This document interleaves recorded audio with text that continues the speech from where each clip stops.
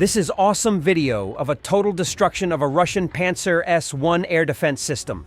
Since the start of Russia's full-scale invasion of Ukraine, numerous Pantsir-S1 air defense systems have been destroyed.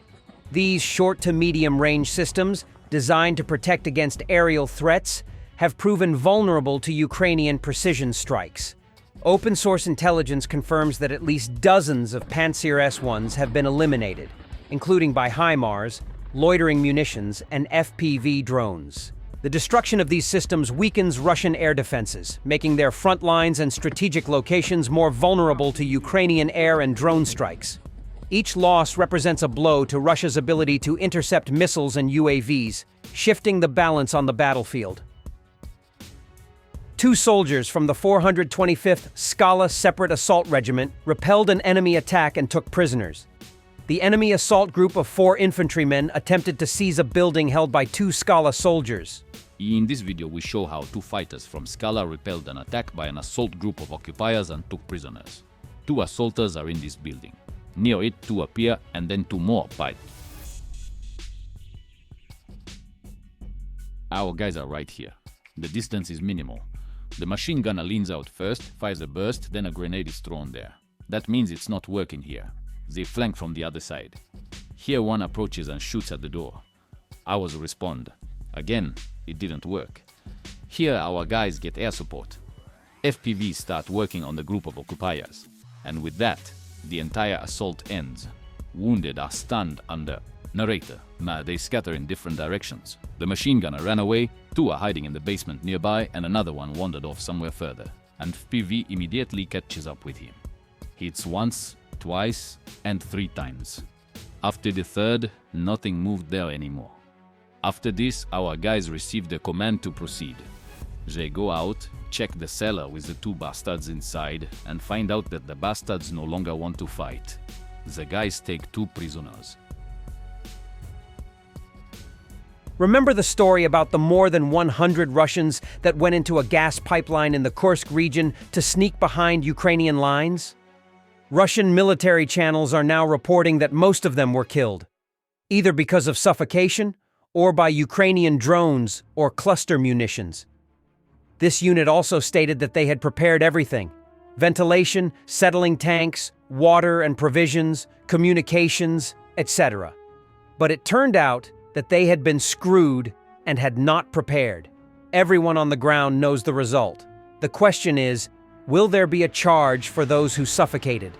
Russian mill blogger Romanov reports. A Russian soldier is whining that Ukrainians struck his positions with cluster munitions, leaving him with 3 damaged vehicles. He calls Ukrainians fascists for hitting the good Russians' combat positions. Yesterday there was shelling on the comrades. Cluster munitions. This small thing pierced everything. What's left of it? All the discs, door, everything. Everything was shattered over there. Well, yeah, cluster munitions. Those fascists just scattered with clusters, and that's it. Punctured the motorcycles. The vehicle was hit. The gas tank, everything. 1 cluster bomb took out 3 pieces of equipment. That's it. The Germans are targeting us with cluster munitions. Hit. And the spare tire, damn it, got hit too. The spare tire, everything, it hit right in the spare tire. That's how it penetrates, breaks apart. Lost the tire, lost the tire. Go. Meanwhile, Russian taxpayers are gradually catching on to the glaring truth. Their rubles go up in smoke alongside equipment, ammo, and soldiers, merrily morphing into ash and premium fertilizer for the fields. Who could have guessed that war doesn't come with a bargain bin price tag? I wonder when Belousov will start calculating how much the country, in money, is spending on meat assaults. The principle of these get killed, bring in new ones, costs a pretty penny. It would have been cheaper to create an army of drones. Trump again spouting fake news. Biden should never have given $350 billion, which is absolutely fake news. He should have matched Europe. All he had to do was say, "You must be on the same level as us," Trump told Fox News. On Zelensky, he said, "He took American money like candy from a baby. I don't think he's grateful." By the way, he is talking about a man whose country has been under Russian aggression for more than 3 years now. Biden should have never put up $350 billion. He should have equalized with Europe. All he had to do is say, you got to stay even with us. They're in for 100, we're in for 350.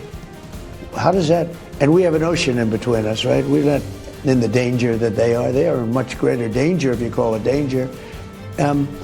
He should have never done that. You know the other thing with Europe that bothers me? They've given Russia more money, by far, for buying their oil than they put into Ukraine. So they're paying all this money to Russia, and we're in there for $350 billion. Are you comfortable with that? The fact that you walked away and Ukraine may not survive? Well, it may not survive anyway, but, you know, we have some weaknesses with Russia. You know, it takes two. Look, it was not going to happen, that war, and it happened. So now we're stuck with this mess. The UK wants to create a subgroup for intelligence sharing within the Four Eyes Alliance, according to the Daily Mail, citing unnamed defense sources. This could be a response to US President Donald Trump's actions regarding Ukraine. Sources from the newspaper note that the Five Eyes intelligence alliance between Australia, Canada, New Zealand, the UK, and the US could become a Four Eyes alliance, as the allied countries are discussing the possibility of creating a separate unit. The US president's unprecedented decision to block allies, including the UK, from giving Ukraine US-generated classified material that could benefit the Eastern European country has sparked calls for a breakaway group, said a senior security source. It is reported that a subgroup is being proposed that would allow intelligence sharing without US veto. Another source notes that ceasing cooperation with the US would be too aggressive an act, and allies do not want to provoke a reaction from Trump. However, there is a shift away from openly sharing information. According to the source, Britain is also monitoring what the US is providing to determine whether the US is changing the volume of intelligence data they share. According to the informant, the problem with data sharing among allies primarily concerns raw intelligence that could expose sources. Therefore, more attention will be given to packaging information to mask its origin. It's worth noting that the US has suspended military aid to Ukraine and revoked Ukraine's access to intelligence data. According to Western media and officials, Britain, France, and other European partners continue to provide Ukraine with intelligence. As reported by NBC News, US allies may stop sharing intelligence with Washington, fearing that the data could be passed on to Moscow.